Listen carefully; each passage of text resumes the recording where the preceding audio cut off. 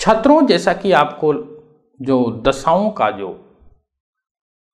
दशाओं की जो संज्ञाएं थी, दशाओं का जो संयोजन था, दशाओं का जो क्रम था, गत दिनों आपने पढ़ा, उसका उशिष्ट जो भाग है, लग्न दशा का शुभाशुभत्व कैसे होता है, कैसे ये शुभ कारक होते हैं, इस विषय में आयुर्दाय दशा में लग्न दशा का शुभ फल बताया गया है। उसी बात की पुनरावृत्ति आचार्य यहां पे कर रहे हैं। कहें क्या? उभय अधम मध्य पूजिता दृष्काण ही चरभेषु चोत्क्रमात् अशुभेष्ट समाज स्थिरे क्रमाद हो राया परिकल्पिता दशा। अर्थात इसकी व्याख्या करें तो देखें आप आचार्य क्या कहते हैं। कहते हैं कि यदि दिशोभाव लग्न के प्रथम दृष्काण में व्यक्ति का जन्म हो जाए तो अशुभ फल देता है, यदि द्वितीय दृष्काण में जन्म हो तो मध्य फल देता है, यदि तीसरे दृष्काण में जन्म हो जाए तो वह शुभ फल की प्राप्ति होती। इसी प्रकार चर लग्न के प्रथम दृष्काण में जन्म हो तो शुभ, द्वितीय दृष्काण में जन्म हो तो मध्यम और तृतीय दृष्काण में जन्म हो तो अशुभ फल की प्राप्ति होती है। यदि स्थिर लग्न के प्रथम दृष्काण में जन्म हो तो शुभ, द्वितीय दृष्काण में जन्म हो तो भी शुभ फल होता है, और तृतीय दृष्काण में जन्म हो गया तो मध्यम फल की प्राप्ति होती है। जैसा कि इस श्लोक के अनुसार, इस आप टेबल को देखें, इस चक्र को देखें, इसमें दिखाया गया है कि प्रथम दृष्काण, द्वितीय दृष्काण, तृतीय दृष्काण यदि लग्न में हो तो उसका क्या फल होगा, और लग्न चर लग्न हो, स्थिर हो अथवा दिशाभाव हो तो उसमें किस तरह के फलों में अंतर आता है, ये आपके समक्ष दिख रहा है। अब यदि जो पहले हमने उदाहरण लिया था उसी उदाहरण को आगे समझाने का प्रयास कर रहे हैं, तो यहां देखें चर लग्न के में प्रथम दृष्काण है, अतः सूर्य के पश्चात जब लग्न की दशा आएगी तो वह शुभ होगी, क्योंकि चर लग्न का जो प्रथम दृष्काण है वह कैसा है? शुभ कारक है। ये क्रम यहां पे स्पष्ट होता है। यहां उदाहरण स्वरूप में यह लिया जा सकता है, जब नैसर्गिक दशा काल का ज्ञान करते हैं, आचार्य ने यहां पे कहा है क्या कि आयुर्दाय कथन के प्रसंग में नैसर्गिक दशा का उल्लेख जरूर करना चाहिए, इसे जानना भी चाहिए। कैसे? आचार्य यहां पे कहते हैं, देखें आप, कि एकम द्वौ नवविंशति धृतिकृति पंचांत दे सांक्रमात् चंद्रारेनुज शुक्र जीव दिनकृद दैवाकरीणाम समः स्वहि पुष्ट फला निसर्ग जनितहि पक्तिर्दशायाः क्रमात् अन्ते लग्न दशा शुभेति यमना निक्षन्ति के चित्त था। ये आचार्य का आशय है। क्या कहते हैं इस श्लोक में? आचार्य ने जो पहले पूर्व प्रतिपादित जो आयुग से आयुर्दाय का दशा अंतरदशा साधन किया गया है, उन्हीं ग्रह स्थितियों के अनुरूप ही उनके संज्ञाओं फलों को भी बताया गया है। यहाँ पे आचार्य का आशय क्या है कि जो पूर्व में वर्णित समस्त अनुपात आदि का जो अनुपालन नियम है स्पष्ट आयु का, इसके द्वारा ही स्पष्ट निसर्गायु दशा का साधन भी करना चाहिए, यही अभीष्ट है। निसर्ग दशा के वर्ष एवं क्रम को क्या कहते हैं? कहते हैं कि चंद्रमा, मंगल, बुध, शुक्र, बृहस्पति, सूर्य और शनि, ये क्रमशः देखें कितना कितना वर्षों के स्वामी होते हैं। तो कहा 1 वर्ष, 2 वर्ष, 9 वर्ष, 20 वर्ष, 18 वर्ष, 20 वर्ष और 50 वर्षों के स्वामी होते हैं। अर्थात इन काल खंडों पर उनका शुभाशुभ प्रभाव तत्त ग्रहों का रहता है। यदि निसर्ग दशाओं में ग्रहखंड के मध्य आयुर्दायक उसी ग्रह की दशा में हो तो वह दशा विशेष रूप से फलदायी होती है, ऐसा आचार्य का आशय है। देखें आप इस निसर्ग दशा के वर्षा चक्र में जो वर्ष की संख्याएं, चंद्रमा के लिए 1 वर्ष, मंगल के लिए 2 से 3 वर्ष, बुध के लिए 4 से 12, शुक्र के 13 से 32, गुरु के लिए 33 से 50, सूर्य के लिए 51 से 70, शनि के लिए 71 से 120 और लग्न के लिए 120 वर्ष की बाद के काल का निर्धारण करते। यहां गोचर के द्वारा भी दशांतर दशा का शुभाशुभ ज्ञान किया जा सकता है। यहां आचार्य का जो आशय है वो दशा प्रारंभ के समय गोचर लग्नादि के द्वारा भी उस दशा का शुभाशुभत्व हम जान सकते हैं। कहते हैं कैसे? श्लोक में कहते हैं कि पाकस्वामिनी लग्न गेश हृदिवा वर्गस्य सौम्येपि वा प्रारब्धा शुभदा दशात्र दशषड लाभेषु वा पाकपे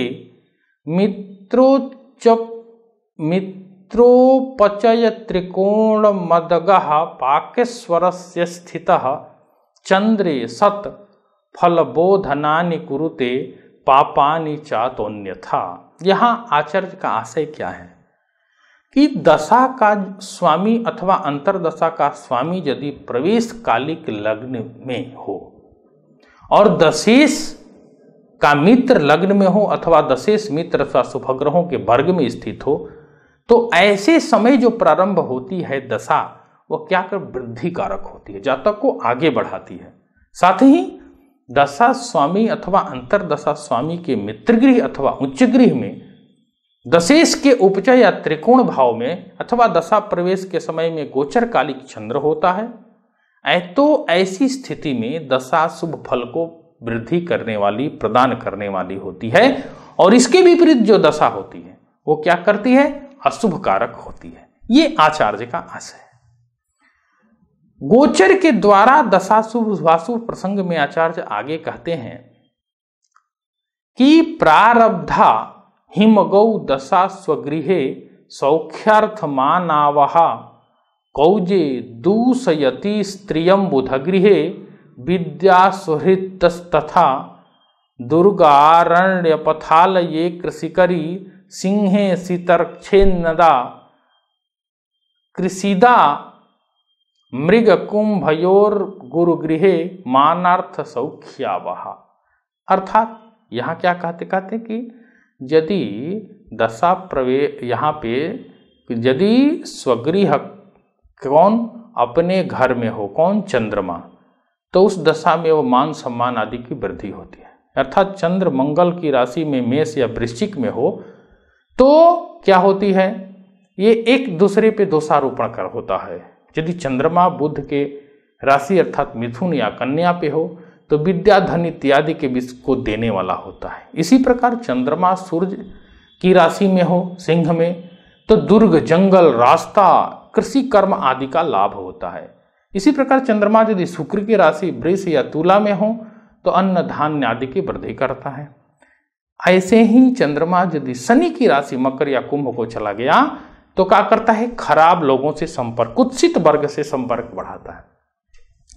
यदि चंद्रमा गुरु की राशि धनु या मीन का होता है तो भी यह मान सम्मान और उन्नति को बढ़ाने वाला होता है। जैसा कि आप देखें इस चक्र में दशा प्रारंभ में चंद्रमा के द्वारा कैसे फल जानेंगे, ये एक सामान्य टेबल के द्वारा आप देख रहे हैं, जिसमें क्या है? यदि सूर्य चंद्र प्रवेश राशि सूर्य की हो तो क्या करता है? जंगल में, कृषि कर संबंधित कार्यों में, दुर्ग फोड़ आदि में इसकी प्राप्ति कराता है अथवा इसका निर्माण में लगाता है।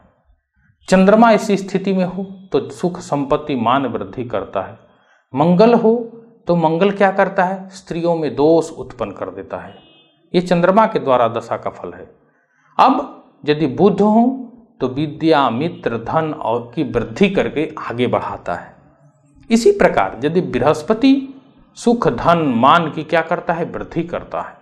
शुक्र क्या करता है? तो अन्न की वृद्धि करता है, अर्थात अन्नोत्पत्ति में व्यक्ति की रुचि अधिक होती है। विविध प्रकार के कृषि कर्मों को कर करके अन्न की वृद्धि करते हैं। यदि शनि ऐसा हो गया तो क्या करता है?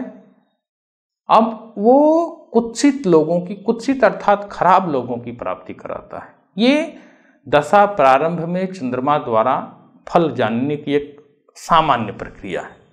मित्रों, ये आचार्य बाराह मिहिर की जो दशा की परंपरा है, ये बड़ा ही गंभीर विषय है।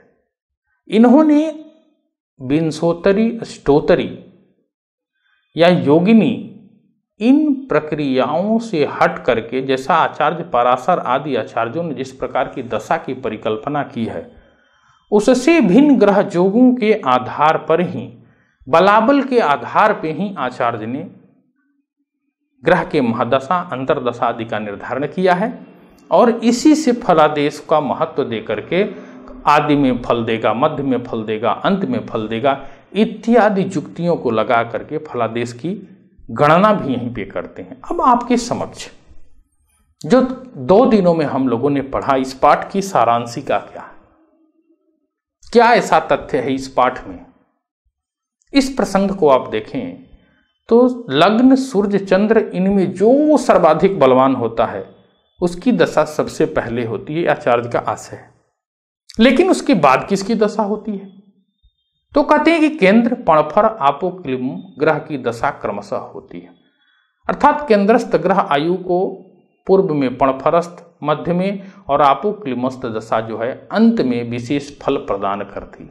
एक दूसरी प्रक्रिया में कहते हैं कि ग्रह महादशा क्रम में केंद्रादि की जो दशा है ग्रहों के बलाधिक्य के कारण इसके बाद की दशा आती है, उसमें जो न्यून बल ग्रह होता है उसकी दशा, बल साम्यता अगर हो गई कई ग्रहों की तो उसमें जिसका अधिक वर्ष है, प्राप्ति वर्ष है, वर्ष साम्यता में प्रथमोदित जो ग्रह है उससे उसका निर्धारण करना चाहिए।